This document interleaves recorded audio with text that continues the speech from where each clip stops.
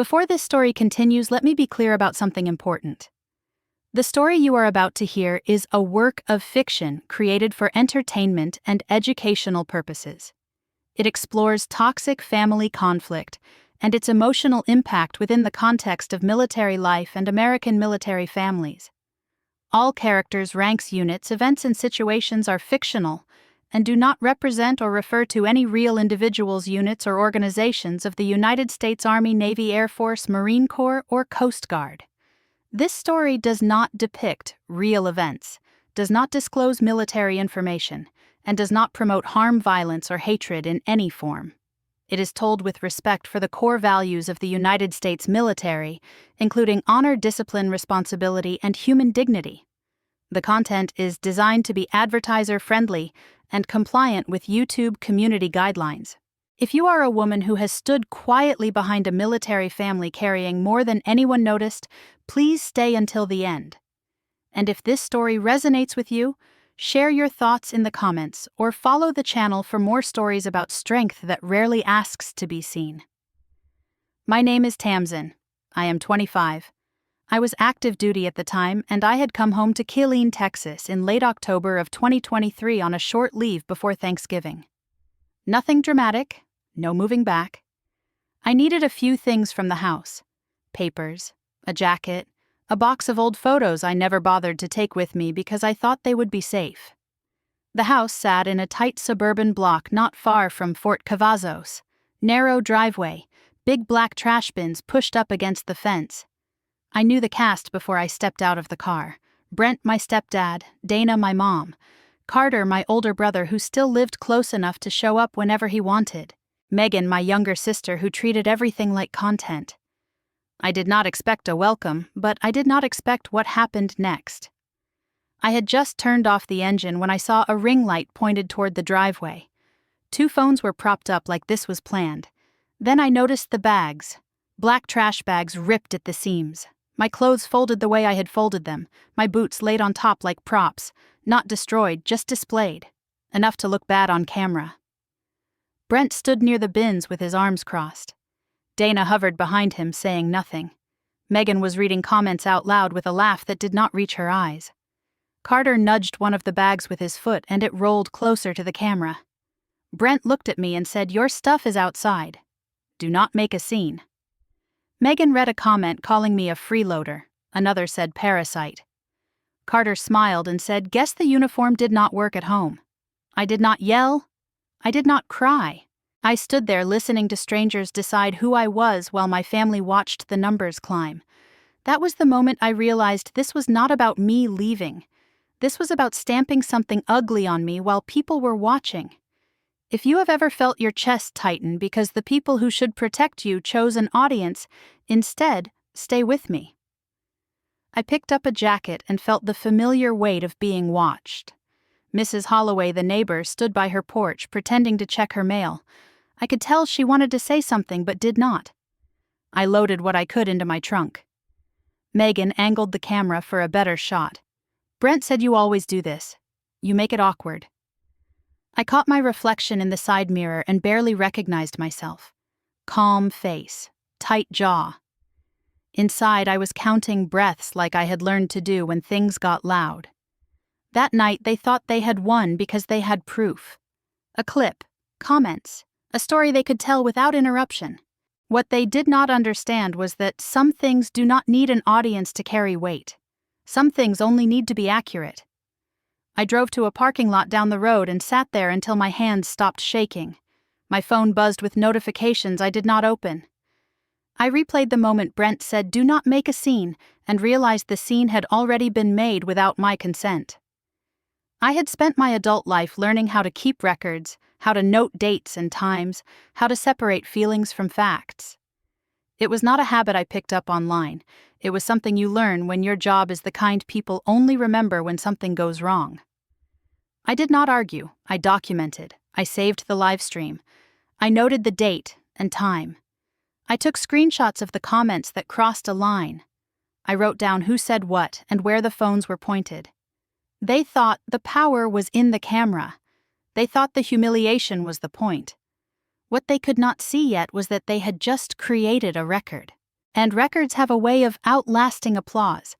If you have ever been humiliated by your own family and told to keep the peace, do not leave yet. This is only the beginning. I did not come home because I had nowhere else to go. That part mattered to me, even if it never mattered to them. I had taken a short leave because I needed a few things that I had left behind on purpose when I first moved out. Paperwork I did not trust anyone else to touch. A jacket that had belonged to my father. A small box of photographs from before everything in our house started feeling like a negotiation. I planned to be in and out in under an hour. That was the agreement I had made with myself long before I made it with anyone else. From the moment I joined up, my family talked about me as if I had crossed some invisible border. Not gone, just different. The one who left. The one who did not really belong to the house anymore but somehow still owed it loyalty. Whenever my name came up, it was followed by phrases like, "She is off doing her thing," or "She thinks she is better now." It was never said with outright anger, just a tone that suggested I had opted out of something important. Carter had not opted out. Carter lived 10 minutes away. Carter helped Brent fix the fence and change the oil and carry heavy things when Dana asked. Carter showed up. Carter was reliable. He was the golden child without ever being named one. When Brent talked about responsibility, he meant Carter. When Dana talked about family sticking together, she meant Carter staying close enough to be counted. I was the comparison point they used when they wanted to explain why his life made sense. Look at Carter. He did not run off. Look at Carter. He stayed. When I arrived that afternoon before everything blew up, there were already small signs that the ground was not level. Brent looked up from his phone and said, "Well, look who finally remembered we exist." He said it with a half smile like it was a joke, and I let it pass because that was how things always started. Megan laughed and said, "You came all this way for that old stuff." Dana asked how long I planned to stay and whether I had told anyone I was coming. Carter leaned against the counter and said, "You know we had plans tonight, right?" It was nothing that could not have been smoothed over if anyone had wanted to smooth it. That was escalation 1. The casual musing that my presence was unexpected and slightly inconvenient. I kept my answers short. Just here to grab a few things. I will not be long. Brent shook his head like I had confirmed something he already believed. Then came escalation 2. The shift from mild sarcasm to blame. Megan started talking about how stressful things had been lately, how she had been trying to keep everyone positive, how energy mattered. Carter said every time you come back there is always some tension. You always ruin the vibe. He said it like it was an observation, not an accusation. Dana nodded and said, "Can we please not do this today?" Brent looked at me and said, "See, this is what I mean. You bring this heaviness with you."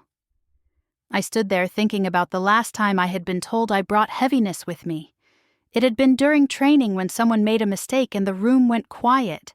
Respect is earned. That was the phrase drilled into us. Not demanded, not inherited, earned. I had earned mine in places my family never saw. And yet in that kitchen I was being spoken to like a child who needed correction. I said nothing. I focused on my breathing. I reminded myself I was there for objects, not approval. Then came escalation 3, and it happened faster than I expected. Megan lifted her phone and said, "Smile, you are live." Carter laughed and said, "Let people see how dramatic she gets." Brent said, "I told you not to make a scene." The label followed immediately. Freeloader. People who did not know me typed it with confidence. They talked about me like I was a burden they had finally exposed. That was the moment something in me went cold. I paid my own bills. I supported myself. I had not taken $1 from them in years. None of that mattered because the story they were telling did not need facts. It needed an audience. As they talked over each other and over me, I thought about how different the rules were in the world I lived in the rest of the time.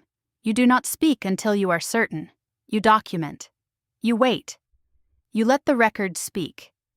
At home, the loudest person with the phone said the truth. I realized then that some parents do not want a successful child. They want a controllable one, someone close enough to manage, someone who makes them feel necessary. I was no longer that, and they resented me for it. As I gathered what I could, I went upstairs to grab the folder I had come for. It was not where I had left it. I opened drawers. I checked the hall closet. I asked Dana where it was, and she said, "I do not know, maybe Brent moved it." I asked Brent, and he said, "If you mean the important stuff, I put it somewhere safe." His eyes did not leave the phone in his hand. "Safe for who?" I asked. He shrugged and said, "We will talk about that later." The message was clear. He was holding something of mine because it gave him leverage. An ID, a document, something that made me feel smaller without it. My chest tightened. It was not fear, exactly. It was the familiar pressure of being boxed in by someone who thought control was care. I walked back outside with the weight of that realization pressing down on me. They were not just humiliating me. They were trying to keep me in place. And standing there with strangers watching, I understood something worse was coming. This was not the end of it. This was them crossing a line they could not uncross. Do not scroll. This is where they crossed a line they could not uncross. After I left the driveway, I did not drive far. I parked near a grocery store a few blocks away and sat there until the noise in my head slowed down enough to think. There are two versions of my life, and I have learned to move between them without letting either one swallow me whole. On base, everything has a rhythm. You show up when you are supposed to. You say what you need to say and nothing more. You do not raise your voice because no one needs to. There is a minimum level of respect baked into the system, not because people are kind, but because the work falls apart without it. Even disagreement has lanes. At home, the rules were looser and crueler. Whoever held the phone decided what mattered. Whoever spoke loudest shaped the story. That difference hit me hard as I sat there with my hands on the steering wheel replaying the last 10 minutes. In uniform, I was trusted to handle information carefully. In my own family, I was treated like a problem that needed to be managed in public. I did what I always do when something goes wrong. I slowed down. I took out my notebook and wrote the date and time. Late October, afternoon, clear weather. I noted the address. I saved the live stream before it could disappear. I took screenshots of the comments that crossed into harassment. Not all of them, just enough to show a pattern. It was muscle memory at this point. People think documentation is about building a case later. Most of the time, it is about grounding yourself in facts when emotions start pulling you in 10 directions at once. My phone buzzed. I ignored it until the screen went dark again. Then it buzzed once more with a different tone. I stepped out of the car and took the call. It was short, no greeting, no names. The voice on the other end had that clipped, steady quality I recognized instantly. Not friendly, not hostile, professional. I answered yes and no when needed and said understood at the end. Nothing about the call would have sounded impressive to anyone listening, but it settled me in a way nothing else could. I hung up and sat back down. I did not tell anyone about that call. I did not need to. It was one of those moments that reminded me why my job existed at all. Quiet authority is not about rank. It is about being trusted with things other people are not meant to see. Back at the house, Megan had ended the live stream. That did not mean it was over. It just meant the story would keep moving without a single screen to track it. She sent the clip to a few people she trusted to react the way she wanted. Carter texted a friend who texted someone else. Dana called her sister and said she was worried about me. The rumor mill does not need much to start. It only needs permission. By the time I drove away from the grocery store, my phone lit up with a message from someone I had not spoken to in months. "I saw your family's video." The words sat there heavier than any insult. That was the line that froze me. Not because I was ashamed, but because I understood what it meant. The clip had crossed out of the house and into a space I could not fully control. Church circles, neighborhood group chats, base spouse conversations that start with concern and end with judgment. I knew that world too. I had seen reputations shrink there over less. I did not reply.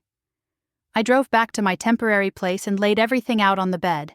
The jacket, the photos, the things I managed to save. I noticed what was missing. the folder with my ID copy and a few documents I needed for an upcoming appointment. Brent had not taken it by accident. He had taken it to remind me that he still believed he had a say. I sent a single message asking for it back. No explanation, no argument, just a request. When the response came, it was vague and dismissive. "We will talk about it when you calm down." That told me everything I needed to know. I opened my laptop and drafted a short note to myself.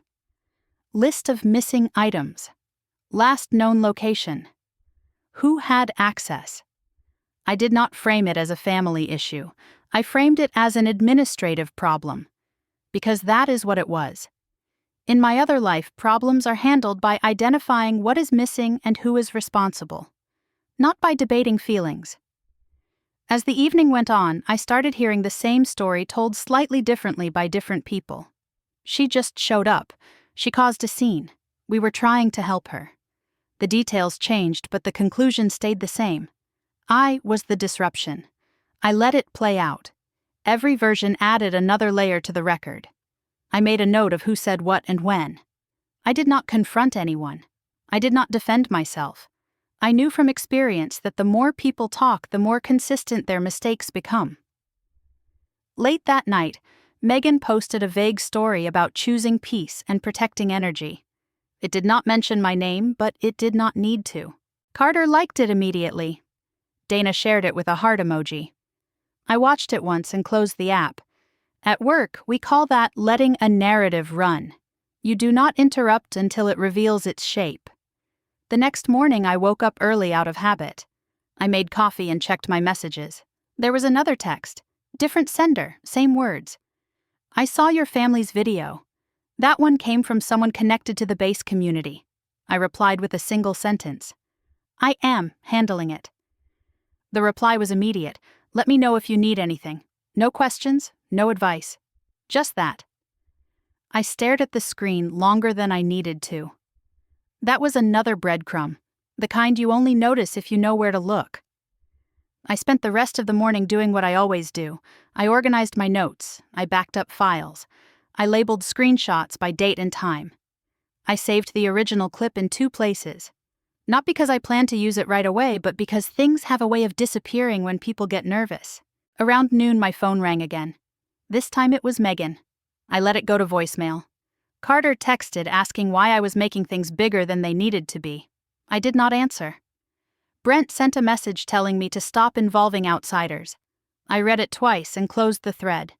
That word outsiders stuck with me. As if the moment he pressed record, he had not invited the entire internet into our driveway. As if reputation stops mattering once you decide to control it. By the afternoon, the rumor had reached someone I trained with years ago. He called and said it sounded rough. He did not ask for details. He did not offer solutions. He just said people talk and records last. I thanked him and hung up. That was when I felt it settle fully. I was not weak. I was not cornered. I was holding. Every escalation from them was tightening the same knot. They believed power came from exposure. I knew better. If you have ever had your reputation dragged by someone who never lived your life, stay. This part only works if you do not rush it. So I did not post anything. I did not clap back. I did not send the clip to anyone with a caption or a reaction emoji. I did not drive back to the house, and I did not call anyone in uniform to come make a point for me.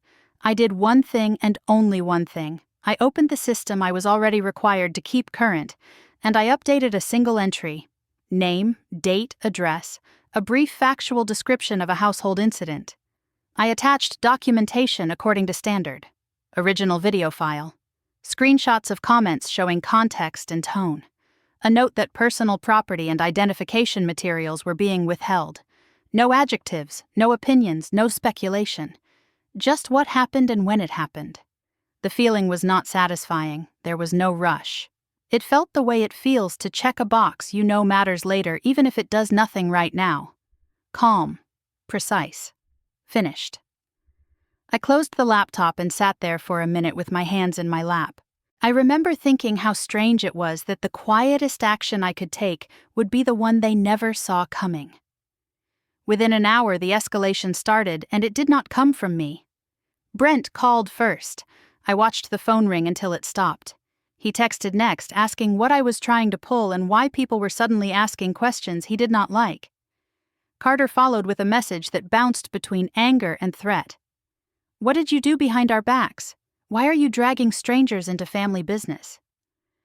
Megan posted a story without naming me, saying some people choose career over family, and then added a heart and a flag emoji like that made it noble.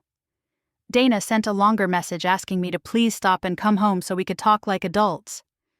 I read them all once and did not answer. The pressure increased exactly the way it always does when people realize they are losing control of the story.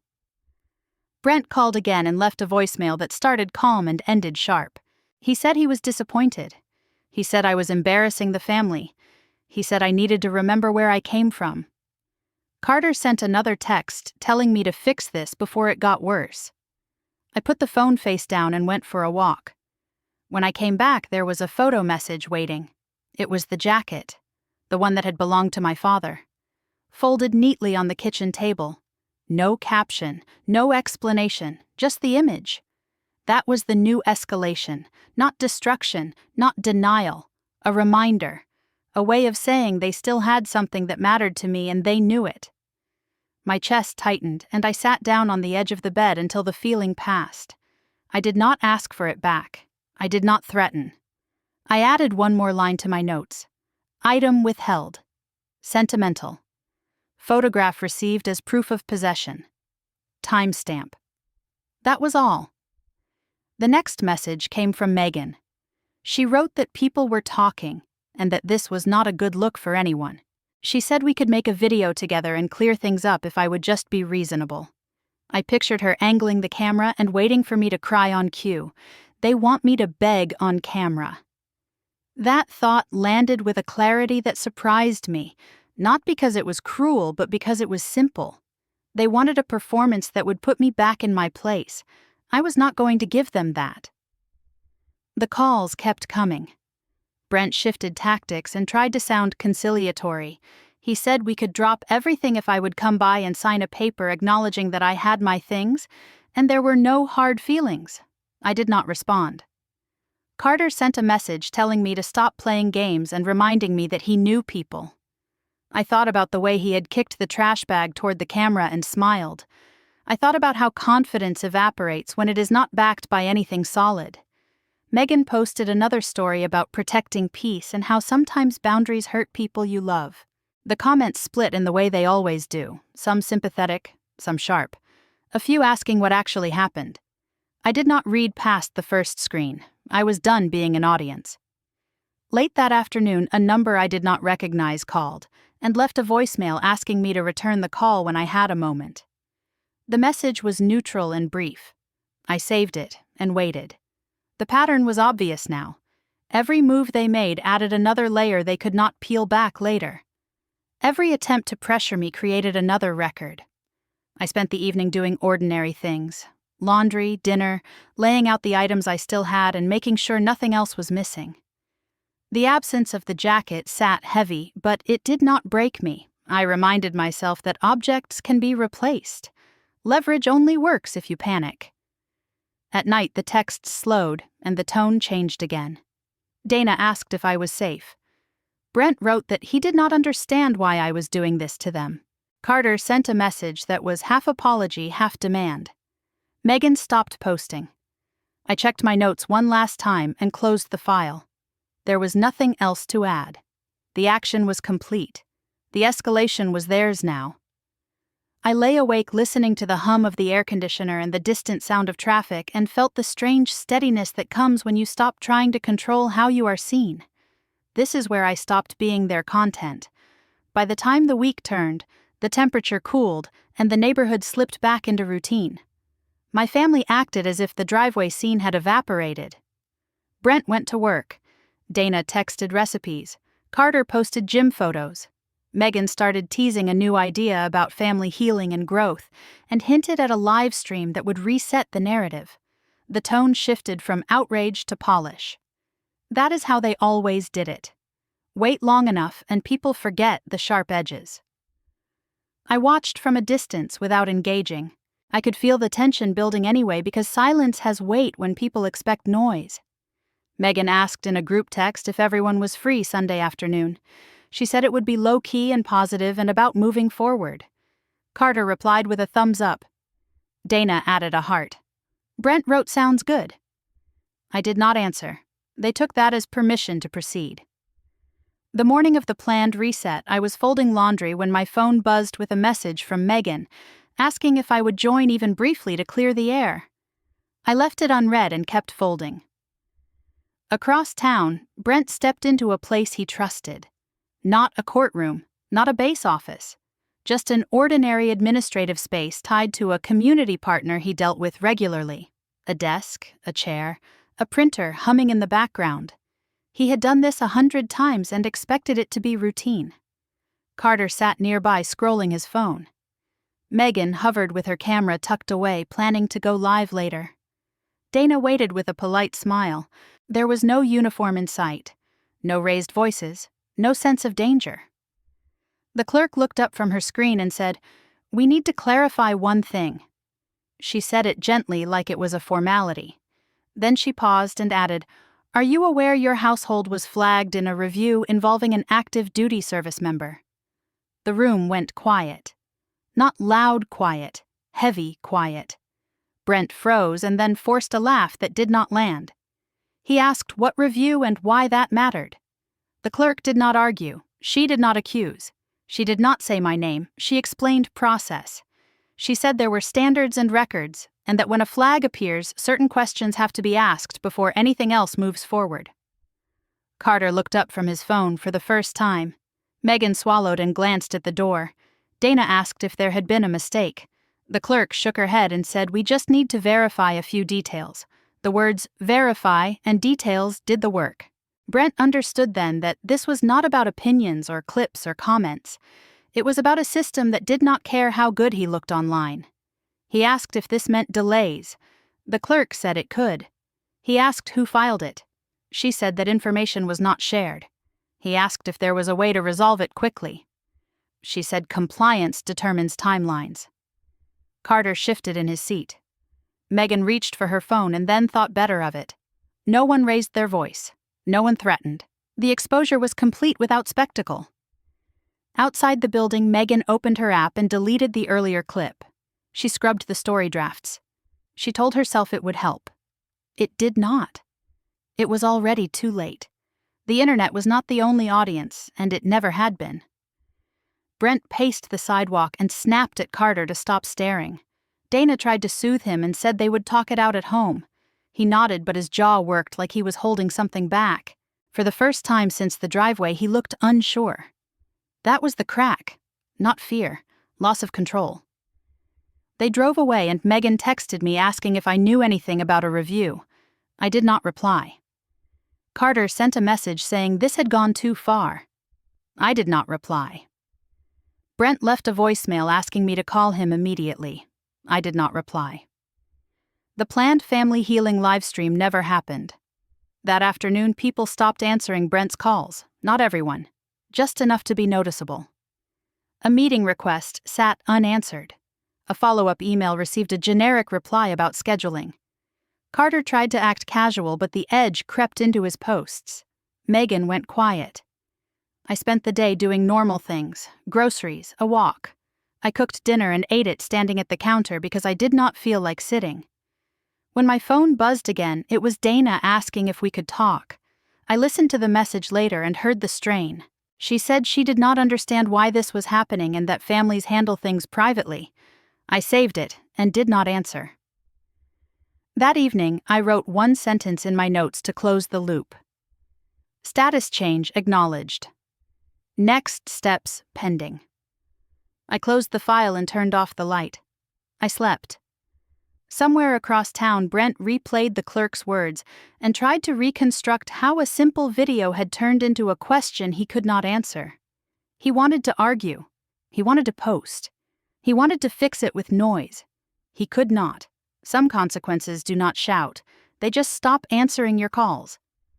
This is the moment they realized the internet was not the only audience. The next 2 days felt like living beside a storm you can hear but refuse to step into.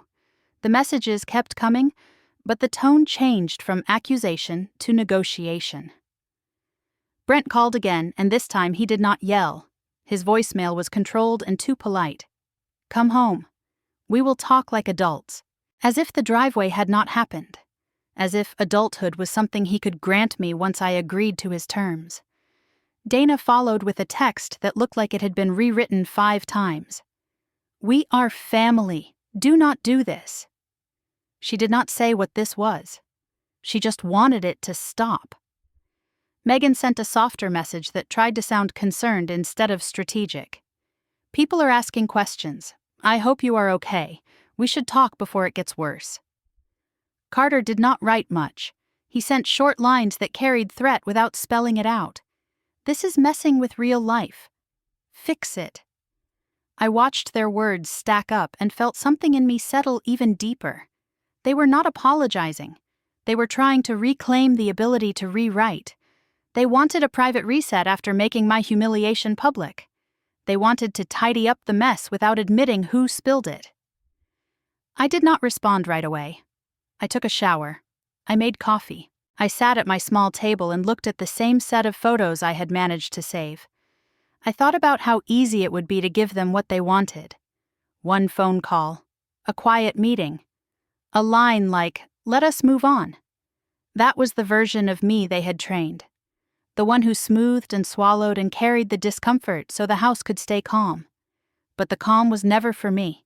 The calm was for their image. Brent called a 3rd time near dusk. I answered and kept my voice flat. He started with, "You do not understand what you are doing." He said people were getting involved and it was embarrassing. He said there were delays and questions and that I needed to come home so we could handle it privately. I waited until he ran out of air. Then I said one sentence. "You made it public. You do not get a private rewrite." He went silent like he could not find a place to put that. Then he tried again. He said I was being dramatic. He said families fight and forgive. He said he did not even remember what he had said on the driveway. I did not argue. I repeated nothing. I said I have to go and ended the call. My phone buzzed immediately. "Dana, please do not do this." "Megan, can we just talk?" "Carter, answer me." I sent the same line once in the group thread so there would be no confusion, and then I stopped. "You made it public. You do not get a private rewrite. I did not add a paragraph. I did not explain. I did not defend myself. I let the sentence stand on its own because it was true, and because truth does not need decoration. That night I lay in bed and listened to the quiet. In the past, quiet meant I had lost. It meant I had swallowed everything, and no one noticed. This quiet felt different. It felt like space. It hurt. The hurt was there and it stayed. I missed my mother in the way you miss a place that never really existed. I missed the idea of a family that did not need an audience. But I did not miss the role they kept pushing me into. The next morning consequences showed up in small, ordinary ways. Brent had something he was working on delayed. Not a dramatic collapse, just a slow stop. A call that did not get returned. A request that sat pending. He was used to being the one who moved things along with confidence and familiarity. Now he was waiting. Waiting makes controlling people reckless.